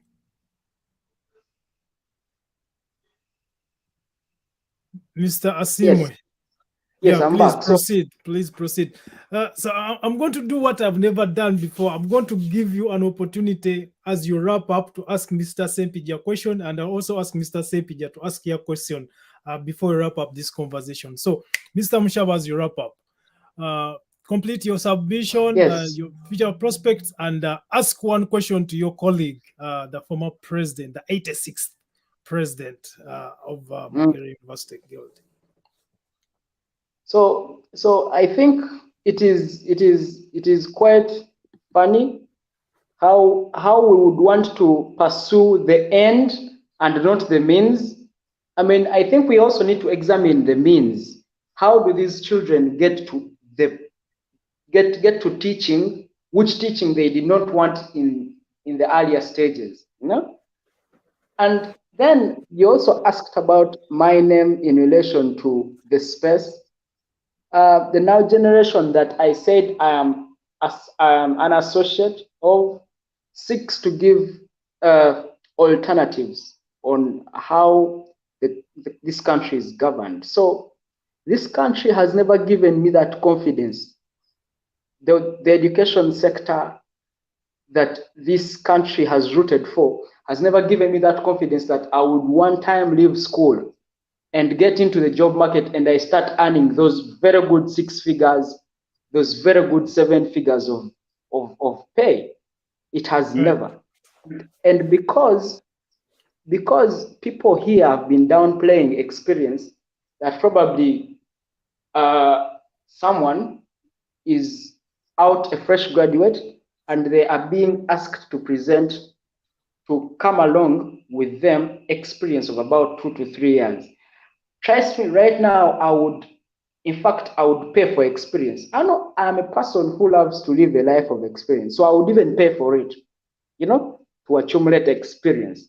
I have no problem with paying for it, because thereafter I will be very expensive, So the fact that we have been COVID students, I studied 1.5 years of my course online.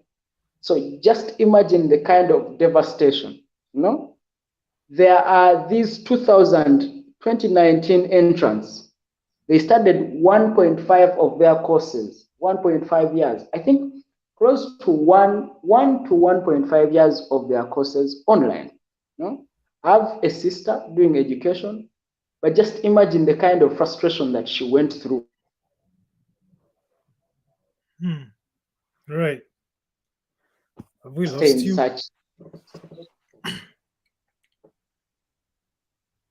I was still saying that we are COVID students.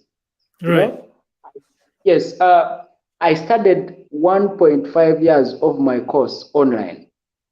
We have these 2019 entrants, they studied close to 1 year of their beginning courses, of 1 year of their courses online. So just imagine the kind of frustration that these students have endured. You are at a university, a completely different environment, and you are beginning your bachelor's online.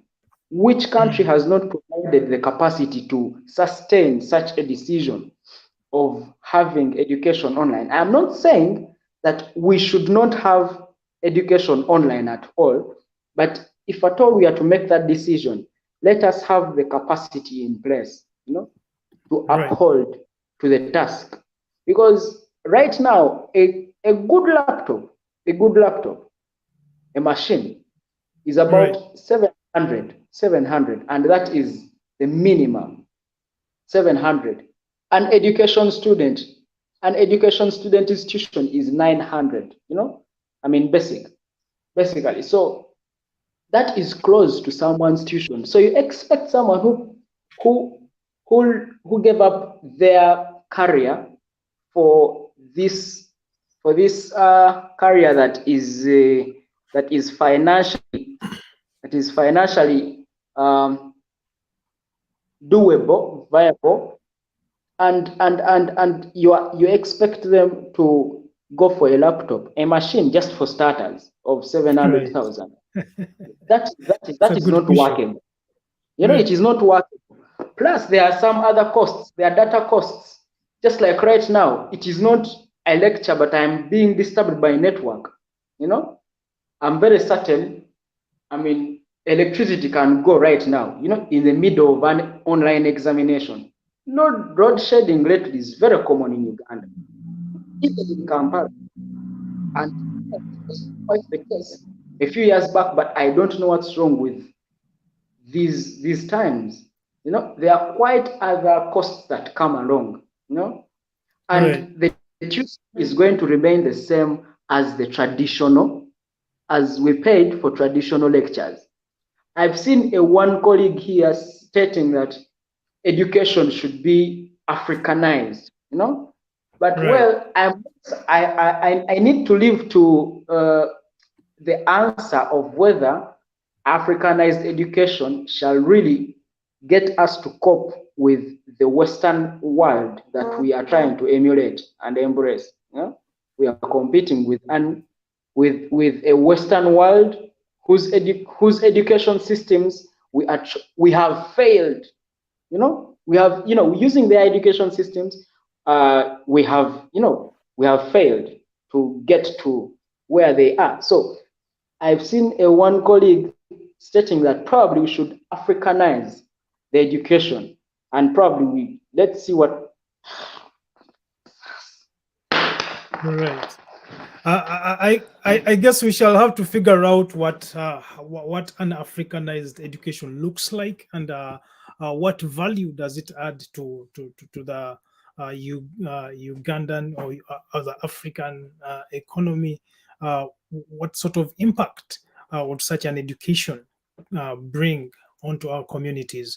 But you have an opportunity to ask your colleague a question, so I'm going to give you that opportunity now before he comes in to tell us what his prospects are for the next 3 to 5 years, and also ask you a question before we wrap up.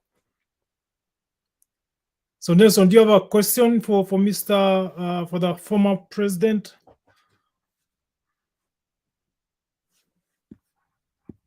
Are you with us? Are you still with us, Mr. Mushabe? Okay, so we have lost him.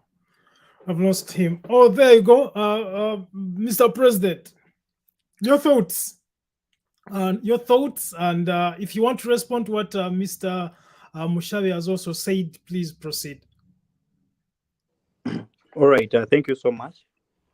I'm going to just ask a question which might not necessarily require a response, but rhetorical exactly, question. just Yeah. rhetoric. Yeah. You just have to give it a thought. There are going to be a couple of them. So after realizing that there might or might not be hope, because I've said there might or might not be hope to realize the capacity. You understand? For the mentorship, you understand? Right. Do we just bury it all? Mm-hmm. Or the advocacy should get us on the way? As we advocate for better, I think we should be moving. You understand? We should be moving. Should we sit back and observe, neglect the mentorship not to capture any, or we mentor so as to capture some as we build or better the nation? Right. You understand? So, whereas, because me, there is one thing I so much want to emphasize on, and that is entirely to do with the lamentation. You understand? If at all something is not right, do we just give up entirely, or we have to move while we advocate? Right. You understand? I don't personally, I don't so much agree in just sitting in my comfortable zone, sitting in my comfortable zone and keep on doing the advocacy, but I am not moving. I should, if I have space to implement what I am advocating for, let me start implementing what I am advocating for as I advocate for it. If the education system is not right, like we all think, and Comrade Agwe, Salim Ahmed, he has made a very good submission. He said we should Africanize this whole thing. So what do we do? Do we just wake up and is it acute? Is it a sudden thing that today we have Africanized? And yes, you understand. We all know that this whole education thing is one thing that is very gradual. Right. Okay. A gradual too. That way, if you have to talk about because you also asked what Africanization is. Me, I would, if I'm to resonate with Comrade Salim, I would say, okay, we need to ask ourselves some of these questions. Unlike in the Western world, what is really the backbone of this particular economy that belongs to us? Those are some of the questions we need to ask ourselves. If it is agriculture, what efforts are being done within our education system to accommodate that agriculture? We get that is one of my random thoughts I have in that regard. What have we really done? It really becomes a little problematic. I wouldn't expect so before I expect a very young child to be quite innovative in as far as from making. Maybe I'm expecting them to wake up tomorrow and they have made for me WhatsApp, they have made for me Facebook. Such innovations. We all know the space within which we are operating. Let us first be sure that we all understand what is at our disposal. If at all it is agriculture, it doesn't really make sense for us to be, yes, because I am pretty sure there are so many graduates you'll find out there, and they literally know nothing about the agriculture. So how would you expect us to all us the graduates to advocate for better policies within the agriculture that we do not understand? You understand? I think we need to capacity building is very important. We need to understand what we want to advocate for. And as we are advocating for it, so long as you have space to implement what you are advocating for, please implement what you are advocating for as we move. Otherwise, time is a non-renewable resource. It won't wait for us. Do you think we have done a lot of lamentations in the last couple of years? Yeah, I do agree. A lot is at fault. A lot is really at fault. But every time, I'll give an example.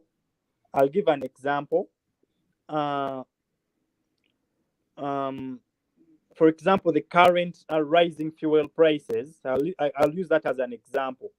Mm-hmm. It is surprising how we see fuel prices are rising, and suddenly there is still traffic jam on the road. The irony. Exactly, you understand. Hey, I think you get. The prices are quite high, but there is still traffic jam. The road that had traffic jam 2 months ago, 1 year ago, that road still has traffic jam to date, meaning that the users of that particular road are still seemingly the same. And what does that really try to resonate with you? When you just hold yourself strongly onto the lamentation, what that tries to communicate is that whereas others are trying to lament, they are now trying to forge ways of how to survive. How do we keep proceeding? We are lamenting. They find the prices are so high. But try to do something about it, but they'll ask you. So now, what do we do? you understand? That's the reality. Yeah? But someone could argue that the massive traffic jam is probably caused by the poor infrastructure, so bad roads, but also the fact that when the president of Uganda is traveling from Entebbe to Kampala, people have to be stopped for almost 3 hours, 2.5 hours before he leaves his home and then travels to Kampala State House. Those could also be factors as to why traffic, especially within the Kampala metropolitan, is still very rampant. Yeah, it's still in the same regard. I would say that there could be a number of contributors to a particular subject. If for now the subject matter here is the traffic, but if we are trying to attack, we have to attack all of those factors. So long as to make something right, we attack one at a time. If we are attacking unemployment, that is why you wouldn't be shocked that we have been talking about unemployment, but we go back to education. You understand? Otherwise, the discussion would entirely be premised on employment policies, full stop. You understand? But right. Then we are trying to look at all other factors, the various determinants of this particular thing. How do we address them? How do we address them? So if we have to talk about the traffic, we perhaps have so many reasons as to why we have this particular traffic. But a mere fact that you've addressed one particular thing, for example, if we address the point of the education sector, we hope we shall have done something before we get to the wages. You understand? So if at all we address the issue of the fuel or the affordability, the revenue on the cars themselves, the revenue on the cars themselves, the revenue on the cars themselves, because we are convinced if the revenue goes low, quite low, more people will buy the cars, isn't it? More people will buy the cars if the revenue is low, isn't it? And that will increase the traffic.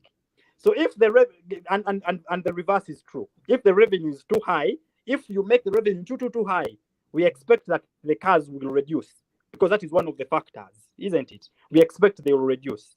So now the revenue this time round is the fuel itself.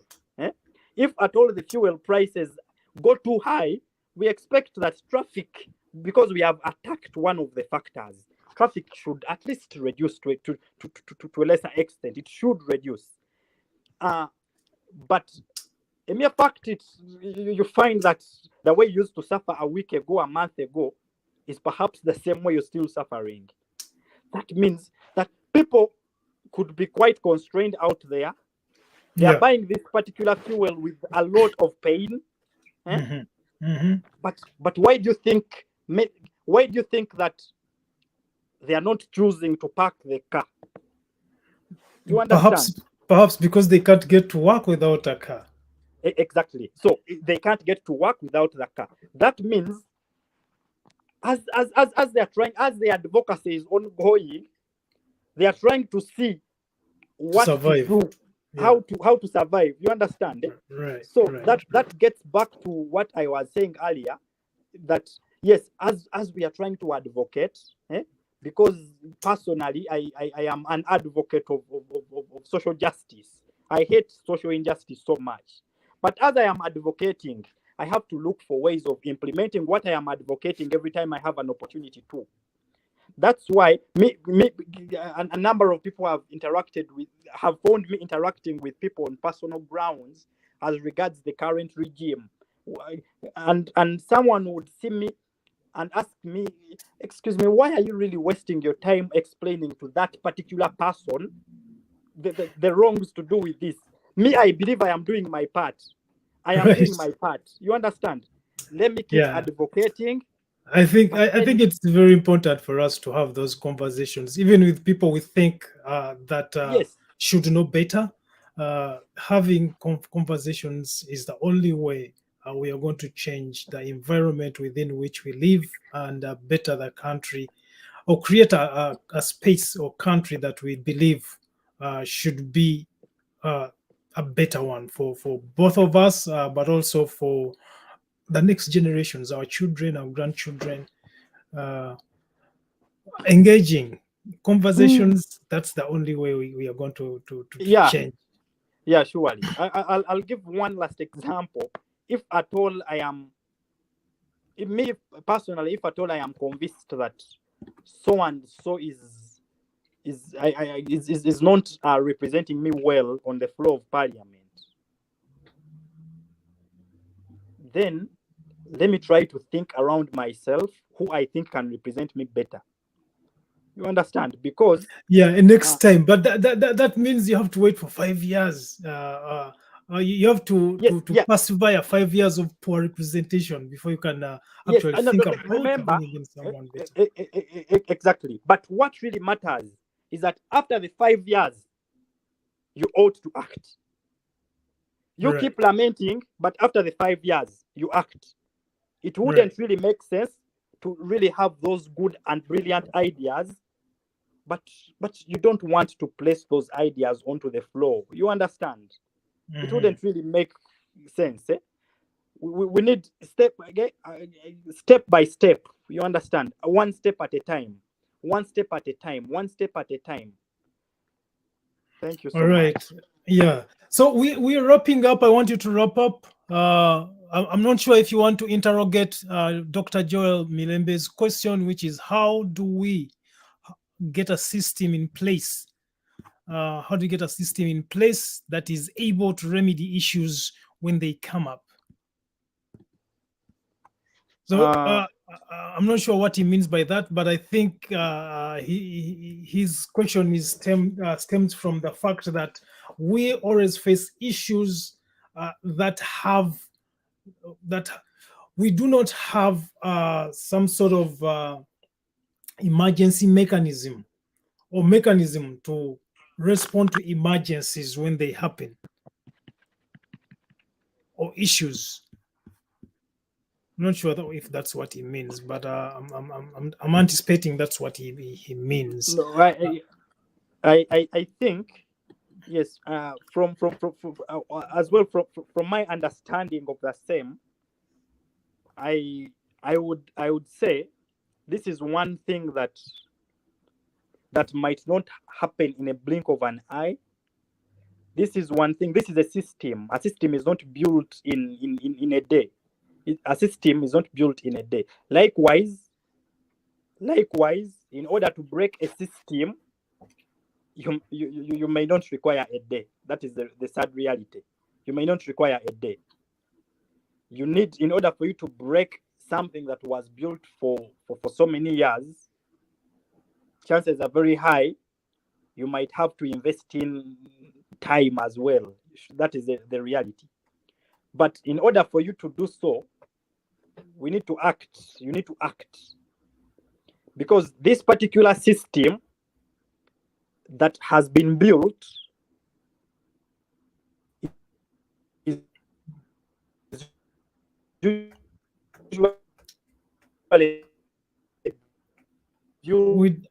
we don't hear you. We don't hear you. We seem to have lost you. Oh, sorry. Is it better? It's better now, yeah. All right, thank you. Yes, I strongly believe us all, we have a duty. We have a responsibility to play. So many times we might actually think whatever you're doing, wherever you are in your capacity, is just a drop in an ocean. But once that drop is not in the ocean, the waters of that ocean are less by a drop of water. When you try to calculate that volume, you understand. So let us all get together, get out of our comfortable zones, advocate for what we think is better. Where every time we have an opportunity to implement what we are advocating for, let us utilize that opportunity. And for the same reason, I am quite so glad for such spaces, because such spaces help us have such discussions. We surely need to open. All right. Of course, we have had three brilliant fresh alumni. Beg your pardon. We have had three brilliant fresh alumni from Makerere University. We have been interrogating what their prospects for the future are, why they are excited, and if they should even be excited at all. You have had an opportunity to hear from each and every one of them. We have interrogated the issue of unemployment. We have interrogated the issue of education. We have also, to a certain extent, evaluated other issues that could have been could do with more interrogation. I will be creating a space on Twitter to talk about specifically the notion of students pursuing programs that they are not necessarily interested in, but their parents are, and how that affects how they fare when they graduate. Mr. President is back, so I'm going to give him an opportunity to wrap up as we complete this conversation, because the time is actually indeed completed. Mr. Dr. Ivan, please wrap up if you are with us. Yeah, all right. I am right here. Yeah, so as I conclude, I will still hint on a few things. Number one, let us get out of our comfortable zones. do all we can in our capacities to say that we cause the change we need or the change we desire. If at all, and another, we shouldn't, as we are trying to advocate, let us act at every earliest opportunity that is presented to us. Let us act.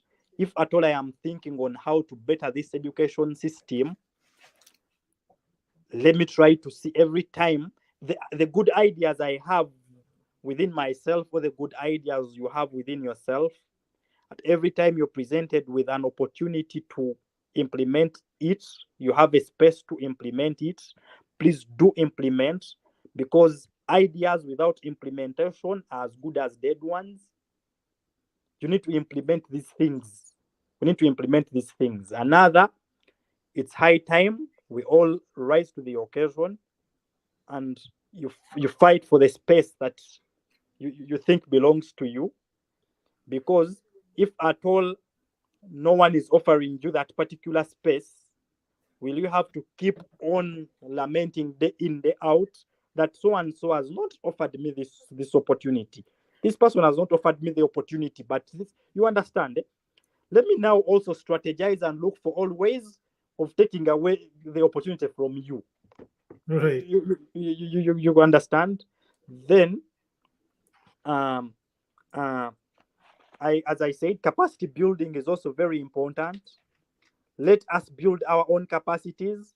Let us, wherever we are, every time we are faced with a crisis in this particular republic, let us ask ourselves a very basic question.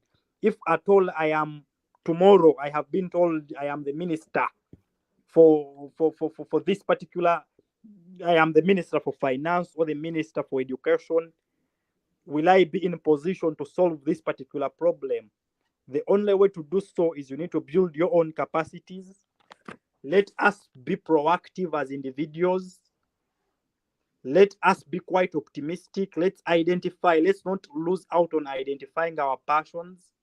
That way we shall go extra miles to do all we have to in our capacities.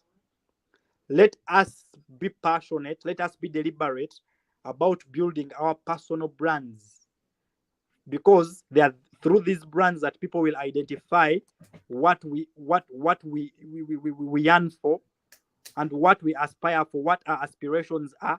That way, as you're trying to look for opportunities will also try to look for you. There is something I usually tell my colleagues while I am within this campaign, this politics thing. I usually tell people, if you want an election to be easy for you, do all it takes so that you're not the only one to look for the voters. The voters are also struggling to know you. That is very important. It eases your work so much, but you can't do that unless you've really established a good personal brand. You've been deliberate about that. Then lastly, let us do all it takes to seek creation of opportunities for ourselves rather than seeking the jobs. Because when you insist on seeking the job, the employment opportunity, you might end up dying in lamentations, because perhaps retirement is still a myth within this particular space. So let us look for all ways. There are so many ventures out there that we can actually get passionate about. Let us not forget what the goal is. The goal is for us to be successful. That is it. The goal is to be successful. The goal is to be successful. The goal is to see social transition, success within our social spaces. It's very important. Right. I think with that, I'll beg to submit and thank you so much for this great opportunity you've offered me, this great opportunity you've accorded me to share some of my ideologies I have as regards certain pertinent issues.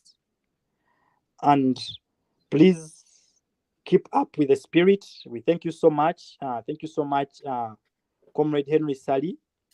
We so much appreciate this particular opportunity you've accorded us, because, as we have said, the only way to achieve what we need to open up these discussions.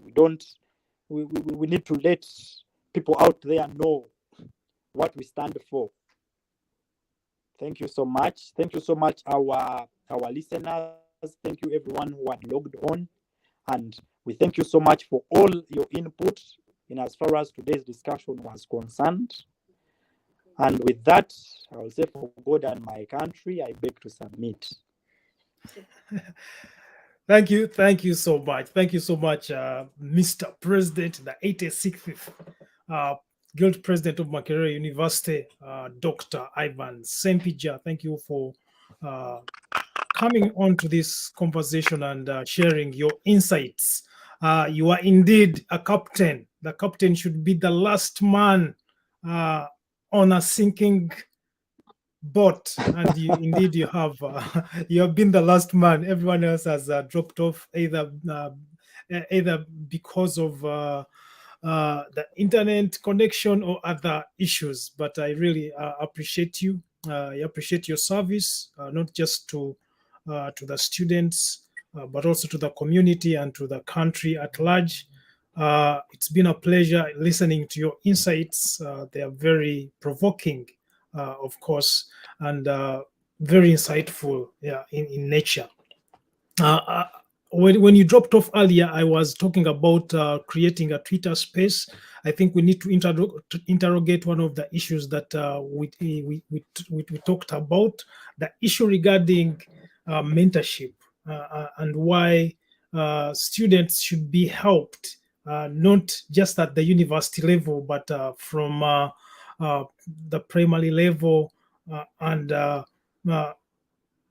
understanding the students' passions from a very young age and trying to help them grow within what they can do best and how they can succeed. I think that will help us very much learn and understand how we can navigate some of the challenges within Uganda's economic cycle, but also social and political cycles. It's been a pleasure hosting all the three of you. Very constructive conversation from all three of you. It's unfortunate that some other colleagues dropped off before we finished, but it's been a privilege hosting you. Hopefully we can continue having these conversations and challenging ourselves to be better amidst the challenges that we face on a daily basis. I want to thank each and every one of you who has been following us,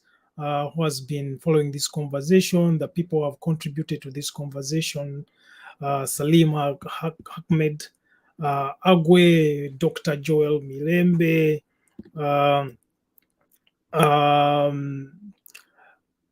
senior comrade Omar Kalinge Nyago. Thank you so much for following us. Mr. Going to read some of the names that I'm able to see. Mr. Mate Derek, Miss Nadia Apai. I hope she's a lady, I'm not sure. Miss Nadia Apai, Cremona Lambert, Kirimi Oli, Sauni Calvin, all the way from Kenya. Thank you so much for following us.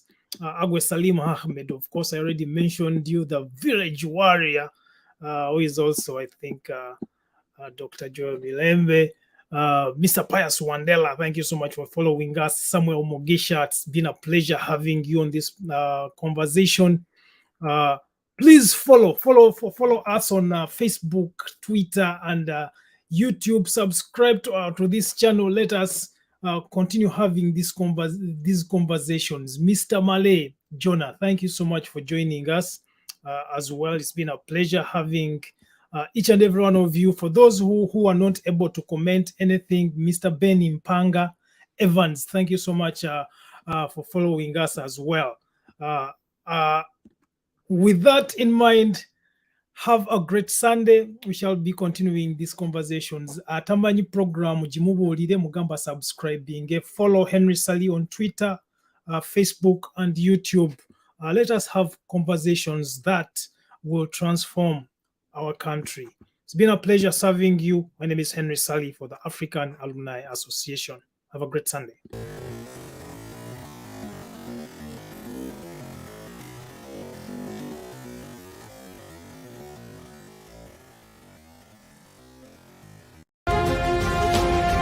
This is the state of the nation. Ibifa Mwanga. We are deliberate, we are reasonable, we are uncensored.